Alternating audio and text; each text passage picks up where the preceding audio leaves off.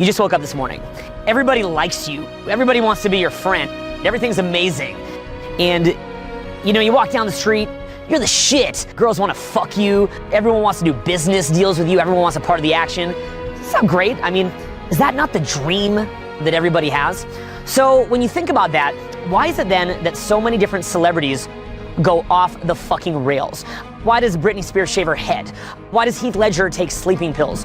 Why does Lil Wayne drink the purple drank scissorp to numb the pain? Why does Eminem almost kill himself? He made a whole album about how he had to bounce back from it. Why does Michael Jackson need crazy sleeping medication in order to sleep? Why is it that people would feel a need to numb themselves from that reality? Don't get me wrong, success is good. We all know success is good. I'm not suggesting that you shouldn't achieve it. But what success does do is it demands a very rapid evolution in your consciousness. So success basically means increase in responsibility, increase in scrutiny from other people, increase objectification. A lot of people treat you as an object, which can create a lot of spiritual crises, similar to a rape victim actually being treated like an object can really mess your head. Think about success where if you're success, a lot of people are going to expect you to be more responsible in life because you're a role model. Maybe you have people under you whose rent gets paid based on your behavior and you're responsible to them. You're probably going to have to increase the complexity in your day-to-day behavior. What if I told you you could get there without any emotional trauma, without getting upset, without feeling butthurt, without crying or feeling confused, or without having any kind of spiritual crises? Wouldn't that sound good? Well, if you're somebody who is coming from a place of not having a lot of resources, not having a lot of girls, not having a lot of success, that probably sounds very good. Because with a lack of resources and attention and love and sex and all that kind of stuff, there is stress. Okay, there's inherently a lot of stress within a situation where you have a lack of resources.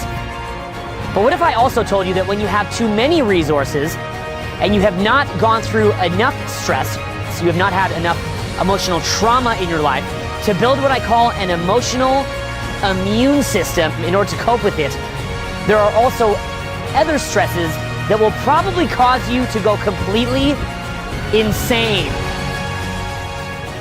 When you feel trauma on your way to long and lasting success, you shouldn't be upset about it, but rather you should view it in the same way that a little baby getting a cold goes through that in order to build their immune system.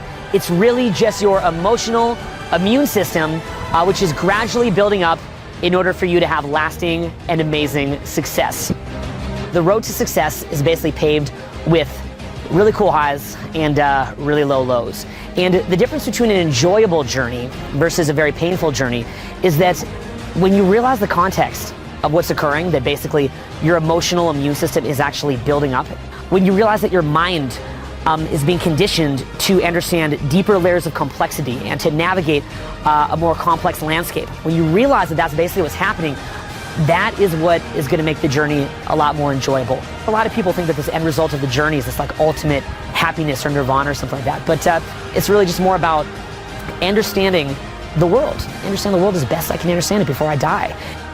Realize that you're going to have success barriers that hold you back from moving too fast, and that's fine. And you should push into them, just like being at the gym. Just, you hit that next weight level and you got to push through it and it's going to hurt. Just realize that those success barriers are there to help you though, just like how pushing that weight is there to help you as you develop thicker tendons, bigger muscles. It's there to help you. Keep increasing the level of understanding that you have, the complexity. Keep increasing the level of stress that your emotions can tolerate. The payoff is like a real understanding of the world and sort of a way of engaging with the world where little petty things don't bother you as much as it bothers the regular person. And it doesn't mean that you shouldn't defend yourself against those things. It doesn't mean you can't stand up for yourself.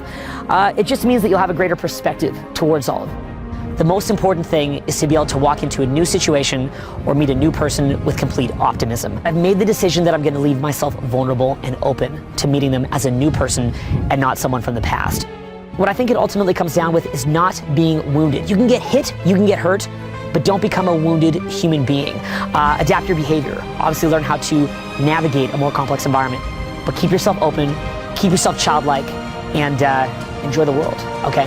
View the bad things even as a lesson about what the world's all about. And just keep enjoying it. The world is only bad relative to some perfection that does not exist. So enjoy it for what it is, and just keep learning, keep learning.